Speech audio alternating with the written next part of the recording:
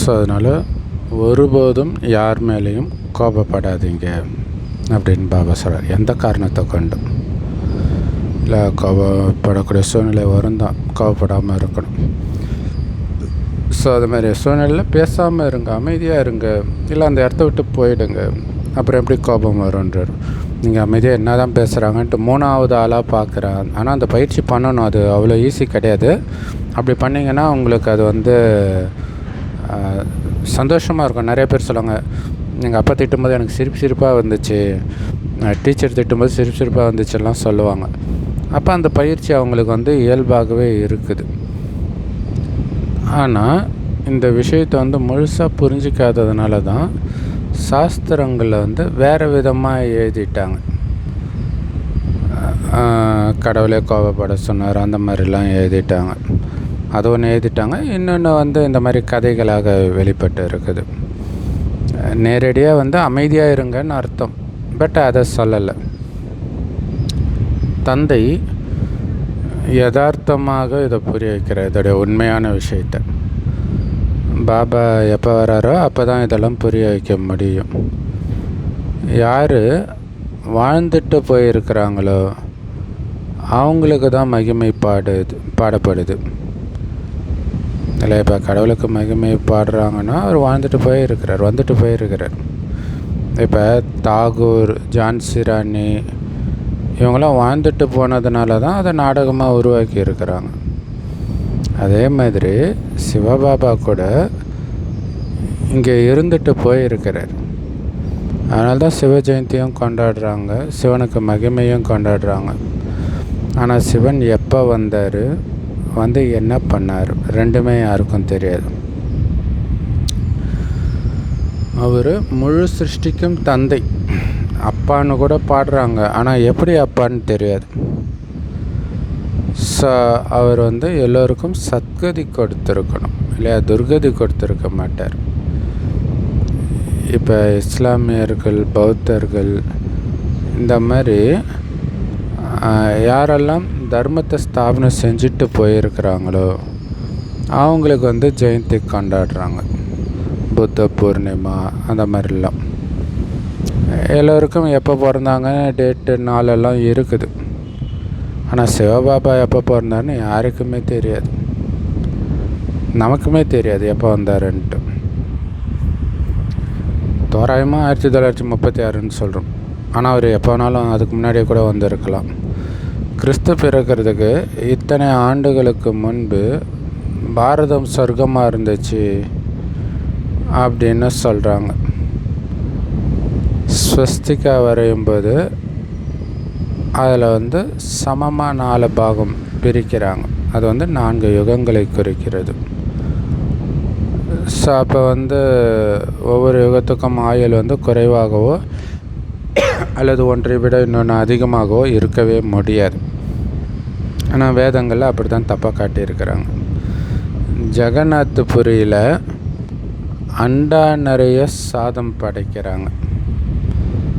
அதை 4 பாகமாக பிரிச்சிடுறாங்க. அப்படி கொட்டும்போது அது கரெக்டாக 4 பாகமாக பிரியுமா. ஸோ பக்தி மார்க்கத்தில் இப்படி ஒழுங்குமுறை இல்லாமல் ஆக்கிட்டாங்கன்னு பாபா சொல்கிறார். தேக சகிதமாக இது எல்லாத்தையும் மறந்துடுங்கன்னு பாபா சொல்கிறார். உங்கள் உடம்பு உட்பட எல்லாத்தையும் மறந்துடுங்கன்ற. இப்போ ஆல்ரெடி ஆத்ம உலகத்தில் இருக்கிறதாவே நினச்சிக்கோங்க. ஏன்னா பாப்பா வந்தோடனே இறந்துட்டோம், இறந்த ஆத்மா மேலே தானே இருக்கணும். அதனால தான் இங்கே இருக்கிற எல்லாத்தையும் மறந்துடுங்க. நான் ஆத்மா, பரமபிதா பரமாத்மாவுடைய குழந்தை. இது மட்டும் பயிற்சி பண்ணுங்கள். நான் மேலே இருக்கிறேன், சக்தி எடுத்துக்கிட்டே இருக்கிறேன், சக்தி கொடுத்துக்கிட்டே இருக்கிறேன் மற்ற சகோதர ஆத்மாக்களுக்கு. பாபா சொர்க்கத்தை படைப்பவர். அப்போ கண்டிப்பாக நம்மளை சொர்க்கத்துக்கு தானே அனுப்பி வச்சுருப்பார், நரகத்துக்கு அனுப்பி வச்சுருப்பார். தந்தை யாரையும் நரகத்துக்கு அனுப்பி வைக்கிறது கிடையாது. முதல்ல எல்லோரும் சுகத்தை தான் அனுபவிக்கிறாங்க. ஸோ முதல்ல சுகம், பிறகு தான் துக்கம். ஸோ உலகத்துலேயும் ஆரம்பத்தில் சொர்க்கம் சுகம், பிறகு நரகத்தில் துக்கம். ஒருத்தருடைய வாழ்க்கையிலுமே பார்த்திங்கன்னா முதல் முதல்ல சுகம்தான் இருக்கும் குழந்தை பருவத்தில், அப்புறம் கொஞ்சம் கொஞ்சமாக துக்கம் வருது. ஸோ தந்தை வந்து எல்லாருடைய துக்கத்தை போக்கி சுகத்தை கொடுப்பவர். ஆத்மா முதல்ல சுகத்தைத்தான் அனுபவிக்குது, பிறகு தான் துக்கத்தை அனுபவிக்குது. அப்போ பாபா வந்தாருனாலே முதல் ஸ்டார்ட் ஆகுது, சுகம் ஸ்டார்ட் ஆகுதுன்னு அர்த்தம்.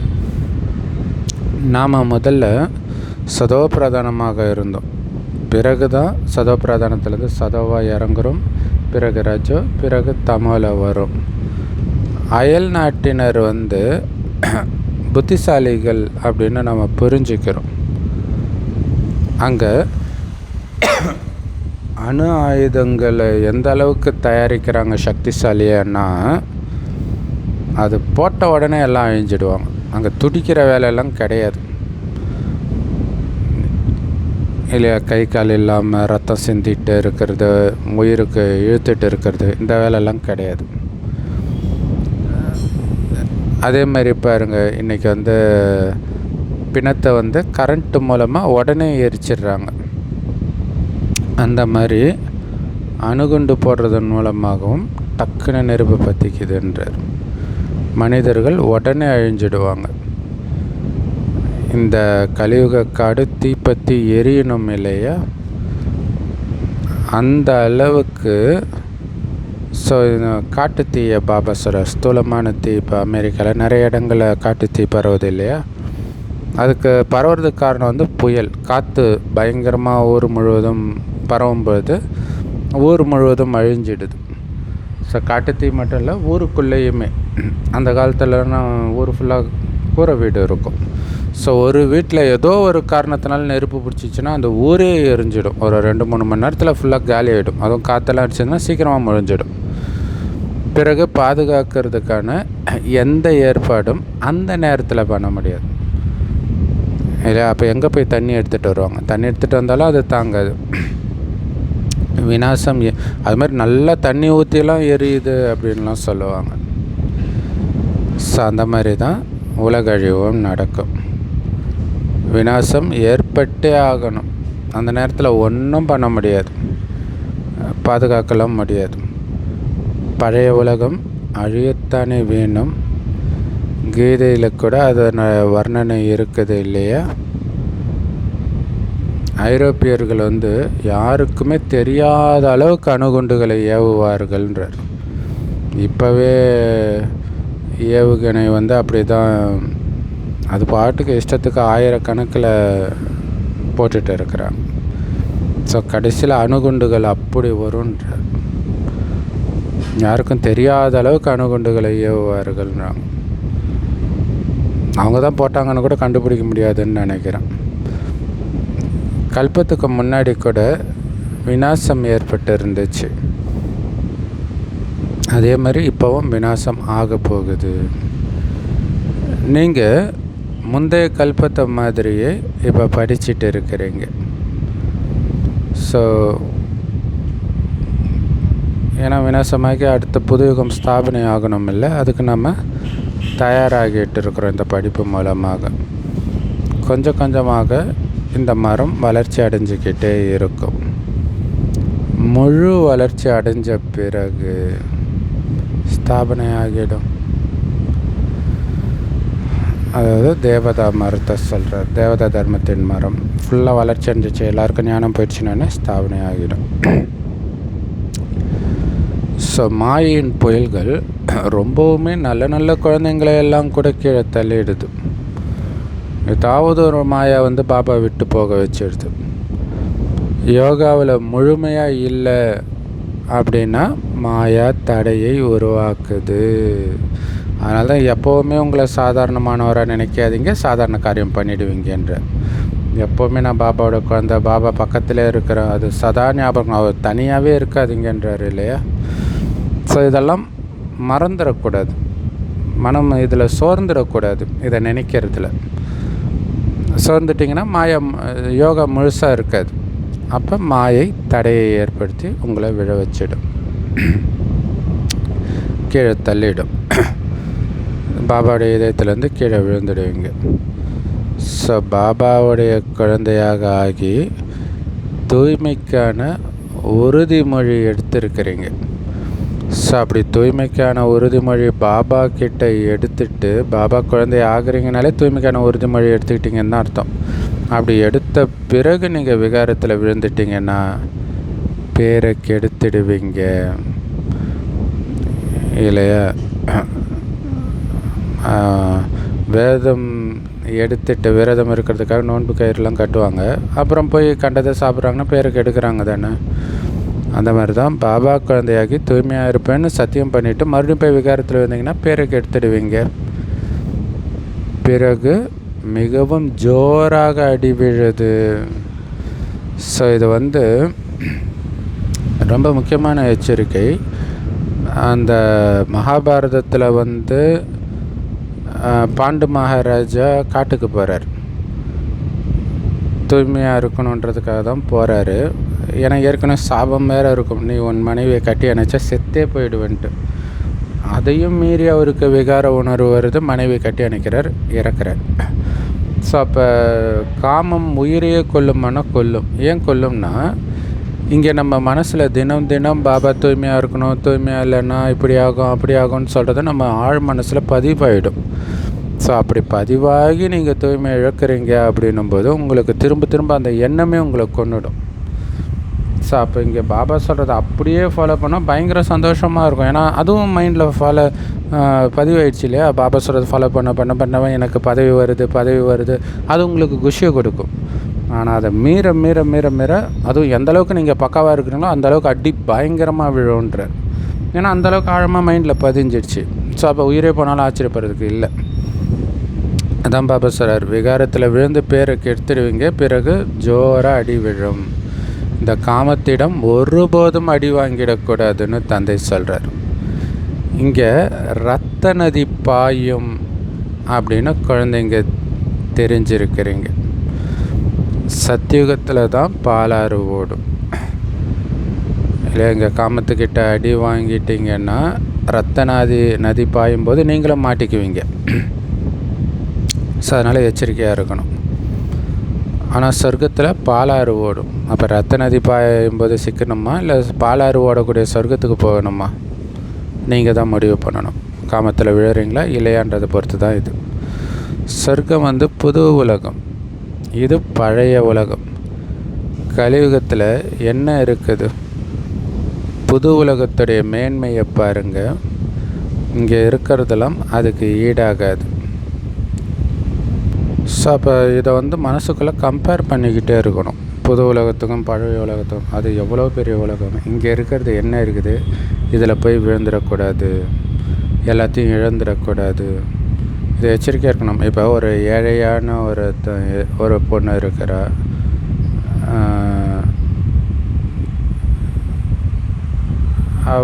அவளை ஒரு பணக்கார பையன் லவ் பண்ணுறான், அல்லது ஏழையான பையன் இருக்கிறான், அவனை ஒரு பணக்கார பொண்ணை லவ் பண்ணுறான்.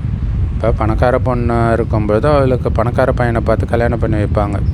ஸோ அப்படிப்பட்ட வாழ்க்கையை ஏழை பையனை கல்யாணம் பண்ணுறதுனால அவள் இழக்கிறாள் இல்லையா? அப்போ ஏழை பையனை கல்யாணம் பண்ணால் என்னென்னலாம் ஆகும் அப்படிங்கிறத அவள் நினச்சி பார்த்தானா லவ் பண்ணியிருக்க மாட்டான். ஸோ அதே மாதிரி தான் இங்கே. ஆனால் அதில் கூட சில சமயம் அந்த ஏழையை ஏற்றுக்கிட்டாங்க, முதலாளி ஆக்கிட்டாங்க அப்படின்னா அவன் பணக்காரன் ஆவான். ஆனால் இங்கே சாத்தியமே கிடையாது இல்லையா? கலியுகம் அனைத்தையும் இழந்தது, சொர்க்கம் எல்லாம் நிரம்பியது. அப்போ இப்போ நீங்கள் சொர்க்கத்துக்கு போகிறீங்களா நரகத்துக்கு போகிறீங்களா செக் பண்ணிக்கிட்டே இருக்கணும். இங்கே இருக்கக்கூடிய அதுதான் சூப்பரான ஒரு வார்த்தை குரானில் இருக்கும். என்னென்னா, சொர்க்கத்தின் மேன்மையை இங்கே இருக்கக்கூடிய அல்பகால சுகத்துக்காக பகரமாக விட்டு விடாதீர்கள். அதாவது அதுக்கு எக்ஸ்சேஞ்சாக இங்கே இருக்கக்கூடிய சுகத்துக்காக அதை விட்டுறாதீங்க, சொர்க்கத்தை விட்டுறாதீங்கன்னு இருக்கும். அதுதான் இங்கே சொல்கிறார். புது உலகத்தின் மேன்மையை பாருங்கள், இங்கே இருக்கிறது அதுக்கு ஈடாகாதுன்ற. குழந்தைங்க சாட்சாத்காரத்தில் போய் பார்த்துட்டு வரீங்க இல்லையா சொர்க்கத்தை? சூக்ஷ்ம வதனத்தில் சூப்பிரஸ், அதாவது அமுதம் குடித்தாங்க, இது செஞ்சாங்க அது செஞ்சாங்க போன்ற சாட்சாத்காரம் ஏற்பட்டது. நாம் மூலவதனத்துக்கு போகிறோம் அப்படின்னு சொல்கிறாங்க. பாபா வைகுண்டத்துக்கு அனுப்பி வச்சிடுவார். இந்த மாதிரி ஆரம்ப கால சாட்சாத்காரமும் நாடகத்தில் பதிவாகி இருக்குது. ஆனாலும் இதனால் எந்த லாபமும் கிடையாது. அப்போ குழந்தைங்களுக்கு ஒரு நம்பிக்கை வர்றதுக்காகவும் அல்லது ஒரு ஜாலிக்காகவும் இருந்தது, அவ்வளோதான். பல குழந்தைங்க சூக்ஷ்ம வதனத்துக்கு போனாங்க, அமுதம்லாம் குடித்தாங்க. ஆனால் அப்படிப்பட்டவர்களே இப்போ இல்லை, பாபா விட்டு போயிட்டாங்க. அதனால தான் பாபா சொல்கிறார், அதனால் எந்த லாபமும் கிடையாது. நல்ல நல்ல முதல் தரமான குழந்தைங்களாம் காணாமல் போயிட்டாங்க. அதனால தான் ஞானம் தான் பக்குவப்படுத்துமே தவிர சாட்சாத்காரம் கிடையாது. இல்லை, சாட்சாத்காரம் பக்குவப்படுத்துறதா இருந்தால் நிறைய பேருக்கு அது மாதிரி காட்சியெல்லாம் வருமே, சொர்க்கம் கனவெல்லாம் வருமே. அப்போ நிச்சய புத்தி வந்துடுதா? கிடையாது இல்லையா? அப்போ முரளி தான் உங்களை பக்காவாகும். அதிகமாக காட்சி பார்த்தவர்கள் கூட போய் திருமணம் செஞ்சுட்டு போயிட்டாங்க. மாயா எப்படியெல்லாம் இருக்குது பாருங்கள், ஆச்சரியமாக இருக்குது. ஸோ இது ஒரு மிகப்பெரிய எச்சரிக்கை இல்லை? எப்படி ஞானத்தில் முன்னாடி போகிறவங்களும் திடீர்னு விழுந்துருவாங்க, பாபா விட்டு போயிடுவாங்க அப்படிங்கிறதுக்கான எச்சரிக்கை. இந்த ஞானத்தை ஆர்வமாக கேட்டு மற்றவங்கக்கிட்ட சொன்னாங்க, காட்சி பார்த்தாங்க, சூக்ஷ்மவதனத்தில் போய் அமுதம் குடித்தாங்க, நிறைய காட்சி பார்த்தாங்க, அவங்கெல்லாம் விட்டுட்டு போயிட்டாங்க. மாயா எப்படிலாம் இருக்குது பாருங்கள், ஆச்சரியமாக இருக்குது. அதிர்ஷ்டம் எப்படி தலைகீழாக ஆகிடுது பாருங்கள். அதிர்ஷ்டம் உடனே துரதிர்ஷ்டமாக மாறிடுது. ஸோ அதனால தான் பாபா சொல்கிறார், பாபா நினைவில் இருக்கிற வரைக்கும் உங்களுக்கு குரு பார்வை, நினைவு போயிடுச்சினாலே ராகு திசை உட்காந்துக்கும். ஸோ பலர் நல்ல நல்ல பாகங்கள் நடிச்சிருக்கிறாங்க, கஷ்டமான நேரத்தில் அதிக உதவி கூட செஞ்சுருக்கிறாங்க, அவங்க கூட இன்றைக்கி கிடையாதுன்றார். இல்லை, அவ்வளோ பக்காவாக இருந்து யக்கியத்தை தாங்கி பிடிச்சவங்கெல்லாம் கூட இன்றைக்கி கிடையாதுன்றார். அதனால தான் பாபா சொல்கிறாரு, மாயையே நீ மிகவும் வலிமையுடையவனாக இருக்கிறாய், மாயையிடம் நீங்கள் யுத்தம் பண்ணுறீங்க. அப்போ எச்சரிக்கையாகவே இருக்கணும், அலட்சியமாகவே இருக்கக்கூடாது. கொஞ்சம் அசந்திங்கன்னா டமால்னு. இல்லை, இது மாதிரி தான் அந்த ஸ்தூல யுத்தத்திலே இந்த இப்போ ஈரானில் இருந்த அதிபர் எல்லாரையுமே பாம்பு போட்டு கொண்டாங்களே, அப்போ கவனிச்சிக்கிட்டே இருக்கிறாங்க எதிரி. அதே மாதிரி தான் மாயையும் கவனிச்சிட்டே இருக்கும். இங்கே பாதுகாப்பு கவசம்னா பாபாவுடைய நினைவு, அது இல்லை அப்படின்னா முடிஞ்சு போச்சு. ஸோ மாயையோடு யுத்தம் பண்ணுறீங்கன்றது எப்போவுமே ஞாபகம் இருக்கணும். இதுதான் யோக பலத்தின் யுத்தம்னு சொல்லப்படுது. ஸோ யோக பலத்தின் மூலமாக தான் மாயையோடு சண்டை போட முடியும், ஜெயிக்க முடியும். யோக பலத்தின் மூலமாக என்ன பலன் கிடைக்கிது உங்களுக்குன்னு யாருக்குமே தெரியாது. பாரதத்தின் பழமையான யோகான்னு மட்டும் சொல்லிடுறாங்க. ஆனால் அதனால் என்ன கிடைக்கிது இல்லை? பாரதத்தின் பழமையான யோகான்ட்டு ஹடயோகத்தெல்லாம் போய் விற்றுட்டு இருக்கிறாங்க வெளிநாட்டில். ஆனால் இதனால் என்ன கிடைக்கிது அப்படின்னு தெரிஞ்சால் கேட்பாங்கல்ல, இதை பண்ணால் எப்படிப்பா ராஜ்யம் கிடைக்கும்ன்ட்டு. இனிமையிலும் இனிமையான குழந்தைங்களுக்கு யோகா பற்றி பாபா புரிய வைக்கிறார். பழமையான ராஜயோகா அப்படின்னு சொல்கிறாங்க. தத்துவ ஞானிகள் யாராக வேணாலும் இருக்கட்டும், அவங்கக்கிட்ட ஆன்மீக ஞானம் கிடையாது. பஞ்ச தத்துவத்தை பற்றிய ஞானம், இந்த உடலை பற்றிய ஞானம் தான் இருக்குது. ஆன்மீக தந்தை தான் ஆன்மீக ஞானம் கொண்ட ஞானக்கடல். அவர் தான் இந்த ஆன்மீக ஞானத்தை கொடுக்கிறார். அதனால தான் அவரை சிவாய நமகன்னு மகிமை பாடுறோம். பாபா நமக்கு எவ்வளோ ஞானத்தை புரிய வைக்கிறார். இதன் மூலமாகத்தான் ஞானத்தின் 3வது கண் திறக்குது. இந்த ஞானம்தான் ஞானத்தின் 3வது கண்ணு. உங்களை அதாவது தன்னை திரிகாலதர்சின்னு சொல்லிக்கிற சக்தி யாருக்கிட்டேயுமே கிடையாது. யாருக்குமே அடுத்தது என்ன நடக்கும்னு தெரியாது. உலகம் அழிய வாய்ப்பு இருக்குதுன்றவங்க அடுத்தது சொர்க்கமாகுன்றது தெரியாது. ஸோ திரிகாலதர்சிகளாக பிராமணர்களாக நீங்கள் தான் ஆகுறீங்க.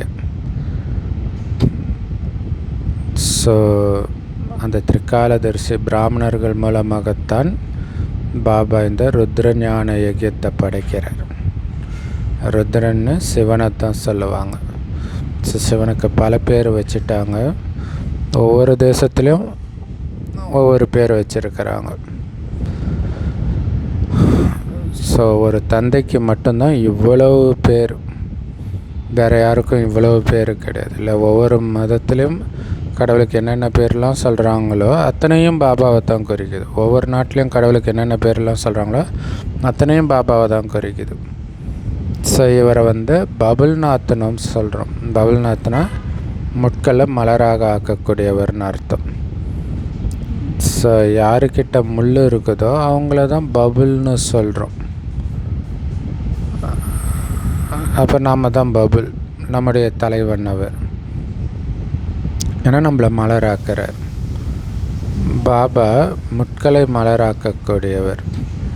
அதனால தான் அவருக்கு பபுல்நாத்ன்னு சொல்கிறோம். மும்பையில் அவருக்கு அதிகமாக திருவிழா நடக்குது பபுல்நாத்துக்கு. ஆனாலும் அவங்களுக்கு அதோடைய அர்த்தம் எதுவுமே தெரியாது. ஆனால் அவருடைய உண்மையான பேர் சிவன் தான் அப்படின்னு பாபா புரிய வைக்கிறார். வியாபாரிகள் கூட பிந்துவை சிவன்னு சொல்லி தான் வைக்கிறாங்க. இல்லை, ஒரு ஜீரோ போடும்போதும் சிவா சிவா சிவான்னு சொல்லி போடுவாங்களாம். அதே மாதிரி 1 2 3 எண்ணும்போது 10 வரும்போது சிவான்னு சொல்லுவாங்களாம். தந்தை கூட சொல்கிறாரு, நான் பிந்துவாக நட்சத்திரமாக இருக்கிறேன். நிறைய பேர் 2 திலகம் கூட வச்சுக்குவாங்க. அதில் பெண்கள் அந்த காலத்துலலாம் அந்த மாதிரி 2 பொட்டு வைக்கிறத அதிகமாக பார்க்க முடியும். ஸோ அதோடைய அர்த்தம் என்ன தெரியுமா? தாய் மற்றும் தந்தை இதோடைய அடையாளம்ன்ற. ஞானசூரியன் மற்றும் ஞான சந்திரனுடைய அடையாளம் அப்படின்னு பாபா சொல்கிறார். ஆக்சுவலாக சூரியன் ஷேப்லேயும் போட்டு வைப்பாங்க, சந்திரன் ஷேப்பில் கூட போட்டு வைப்பாங்க. ஆனால் பொட்டு வைக்கிறவங்களுக்கு அதோடைய உண்மையான அர்த்தம் தெரியாது. ஸோ அதனால் பாபா தான் உண்மையான யோகத்தை புரிய வைக்கிறார். யோகா எவ்வளோ பிரபலமாக இருக்குது. ஆனால் பாபா சொல்கிறாரு, குழந்தைங்க நீங்கள் யோகான்ற வார்த்தையை விட்டுடுங்க, நினைவு செய்யுங்க. அவ்வளோதான். எனக்கு யோகா வர மாட்டேங்குது, யோகானாலே அதுக்கு பெரிய காம்ப்ளெக்ஸாக நினைங்க பாபாவை, அவ்வளோதான். ஏன்னா யோகான்ற வார்த்தை மூலம் புரிஞ்சிக்க மாட்டாங்க. நான் கூட முதல்ல பிரம்மகுமாரி சென்டருக்கு போகும்போது, எப்போ தான் யோகா கற்றுக் கொடுப்பீங்க? கற்றுக் கொடுக்குறோம் பிரதர் அப்படின்னாங்க. ஸோ அந்த பிரதர் யுக்தியாக தான் பண்ணியிருக்காரு. நினைக்கிறது தான் யோகானா ஒரு வேளை உப்பு சப்பு இல்லாமல் கூட போயிருக்கலாம். ஏன்னா நம்மளுடைய மைண்டில் அது ஏதோ ஒன்று அப்படின்னு இல்லை நினச்சிட்டு இருக்கிறோம். அப்புறம் இது கடவுள்ன்ற நிச்சய புத்தி வரும்போது நம்ம புரிஞ்சுக்கிறோம் இது. ஆனால் இங்கே நினைக்கணும், அதுதான் ரொம்ப முக்கியமான விஷயம் இல்லையா? நினைவு மூலமாகத்தான் புரிஞ்சிக்க முடியும். நினைவுன்ற வார்த்தை மூலமாகத்தான். தந்தையை அதிகமாக நினைவு செய்யணும். அவரைத்தான் நாயகன்னு சொல்கிறோம். நம்மளை பட்டத்து ராணிகளாக ஆக்கிறார் இல்லையா? உலக ராஜ்யத்துக்கான ஆஸ்தியை கொடுக்கிறார் பாபா. சத்தியுகத்தில் எல்லோருக்கும் ஒரே ஒரு தந்தை தான் இருப்பாங்க, லௌகிக தந்தை தான். பரலோகிக தந்தையை பற்றி நினைவே இருக்காது. பக்தி மார்க்கத்தில் தான் 2 தந்தை. ஏன்னா துக்கம் வந்துடுச்சு, அதனால் பரலோகிக தந்தையை நினைக்கிறாங்க. இப்போ இந்த சங்கமேகத்தில் ஞான மார்க்கத்தில் தான் நமக்கு 3 தந்தை இருக்கிறாங்க. ஏன்னா அந்த பரலோகிக தந்தையை அலௌகிக தந்தை பிரம்மா மூலமாக தான் நம்ம சந்திக்கிறோம். அப்போ 3வது அலௌகிக தந்தை பிரம்மாவும் இருக்கிறார். எவ்வளோ ஆச்சரியமான விஷயம். ஸோ இதெல்லாம் அர்த்தத்தோடு உங்களுக்கு தெரியும். சத்தியுகத்தில் எல்லோருமே சுகமாக இருப்பாங்க. அதனால தான் அங்கே யாரும் பரலௌகிக தந்தையை பற்றி சிந்தனையே இல்லாமல் இருக்கிறாங்க. இப்போ தான் உங்களுக்கு இந்த 3 தந்தைகளை பற்றி தெரிஞ்சிருக்குது. ரொம்ப ஈஸியான விஷயமும் இது புரிஞ்சுக்கிறதுக்கு. அற்புதமான முறையில் கொடுத்த அன்பான தாய் தந்தை பாப்தாதாவுக்கு அன்பு நினைவுகள் மற்றும் காலை வணக்கம். பாபா சொல்கிறாங்க, நினைவில் இருக்கணும்னா வாயினால் எதுவுமே பேசக்கூடாது. இல்லை, எந்தளவுக்கு பேசுகிறோமோ அந்தளவுக்கு நினைவு கட்டாயிடும். ஸோ அதனால் வாயில் குழாங்கல்ல போட்டுக்கிட்டிங்கன்னா கோபம் போயிடும், அழிஞ்சிடும். ஸோ இங்கே குழங்கல்ன்றது ஏதாவது ஸ்வமானம், யார்கிட்டையுமே கோச்சிக்கக்கூடாது. இந்த துக்கதாமம் இப்போ தீப்பிடித்து எரிய போகுது. அதனால் இந்த துக்கதாமத்தை மறந்துடுங்க. இல்லை, எரியறதுக்கு முன்னாடி கத்துறான் ராவணன், அவ்வளோதான். அதனால் நீங்கள் புது உலகத்தை மட்டும் நினைவு செய்யணும். அதனால் இங்கே இருக்கிறவங்க இப்படி பண்ணுறாங்க, அப்படி பண்ணுறாங்க, அது எரிய போகுதுன்னு தெரியாமல் அவங்க அப்படி இருக்கிறாங்க. நீங்கள் அதுலேருந்து புத்தி இணைக்கி புது உலகத்தில் மட்டும் உங்கள் புத்தியை இணைக்கணும். அப்போ தான் நீங்கள் குஷியாக இருக்க முடியும். பாபா கிட்ட தூய்மையாக இருப்போம்னு உறுதிமொழி பண்ணியிருக்கிறீங்க. அந்த உறுதிமொழியை காப்பாற்றுறதுல உறுதியாக இருக்கணும். இல்லை, தூய்மை தான் எல்லாத்துக்குமே ஆதாரம். வரதானம், நிராகார ஸ்திதி பயிற்சியின் மூலம் நான் என்பதை முடித்து விடக்கூடிய நிரகங்காரி ஆகுங்கள். பாபா சொல்கிறாங்க, இந்த நேரம் எல்லாத்தையும் விட ரொம்ப நுட்பமான, அதே நேரத்தில் ரொம்ப அழகான கயிறு எது தெரியுமா? நான் அப்படிங்கிற கயிறு. இந்த நான்ன்ற வார்த்தை தான் உங்களை தேக அபிமானத்திலிருந்து அப்பால் கொண்டுட்டு போகக்கூடியதும் இதே வார்த்தை தான். தேக அபிமானத்தில் சிக்க வைக்கக்கூடியதும் நான்ன்ற வார்த்தை தான். தேக அபிமானத்திலேருந்து விடுபட வைக்கக்கூடியதும் நான்ன்றது தான். ஆனால் எந்த நான் இருக்குது இல்லையா? எப்போ நான்ன்றது இந்த உடம்பு அப்படின்னு தலைகீழான ரூபத்தில் வருதோ, அப்போ நீங்கள் பாபாவுக்கு அன்பானவர் ஆகிறதுக்கு பதிலாக யாராவது ஒரு ஆத்மாவுடைய பேரு, புகழ், பெருமை இதுக்கு அன்பானவராக ஆக்கிடுது நான் உடம்புன்னு நினைக்கும்போது. ஸோ அப்போ இந்த பந்தனத்திலேருந்து விடுபடணும் அப்படின்னா நிரந்தரமாக நிராகார ஸ்திதியில் நிலைச்சிருக்கணும். அதாவது நான் ஆத்மான்ற உணர்வில் நிலைத்திருந்து சாக்காரத்துக்கு வந்து காரியத்தை செய்யுங்க. இல்லை, சாக்காரத்தில் காரியம் செய்தாலும் புத்தி வந்து நான் ஆத்மான்ற உணர்விலே இருக்கணும். இந்த பயிற்சியை இயற்கையானதாக மாற்றிக்கோங்க, இயல்பானதாக மாற்றிக்கோங்க. அப்போ தான் நீங்கள் நிரகங்காரியாக ஆக முடியும். இல்லை, அந்த நான்ன்ற வார்த்தை உங்களை அகங்காரத்திலையும் கொண்டுட்டு வரும்.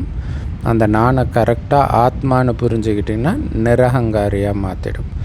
ஸோ மெயினாக வந்து ஆத்ம பயிற்சியுடைய முக்கியத்துவத்தை இந்த வரதானம் சொல்லுது.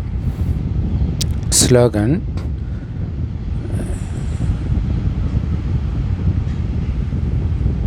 யாராவது ஒருத்தருடைய கெட்ட விஷயத்தையோ அல்லது நல்ல விஷயத்தையோ கேட்டு எண்ணத்தளவில் கூட உங்களுக்கு வெறுப்பு வருது அப்படின்னா கூட அது மற்றவர்களுடைய வழி அப்படின்னு சொல்கிறார். இல்லை, வெறுப்பு வருதுனாலே நீங்கள் போன வழி பரமத், கடவுளுடைய வழியாக இருக்காது. கடவுளுடைய வழி உங்களுக்கு வெறுப்பை எடுத்துகிட்டு வராது.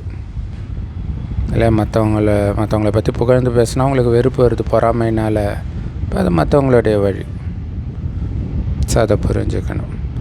அவங்கவுங்களுடைய பாகத்தை நடிக்கிறாங்க, நம்ம பாகத்தை சிறப்பாக நடிக்கணும், அவ்வளோதான். மற்றவங்கள பார்க்கக்கூடாது. மற்றவங்கள பார்க்குறது பரமத். அவிக்தேஷாரா, அப்பவித்திரத்தாவின் விதையை கூட முடிச்சுட்டு சம்பூர்ண தூய்மை ஆகுங்கள்.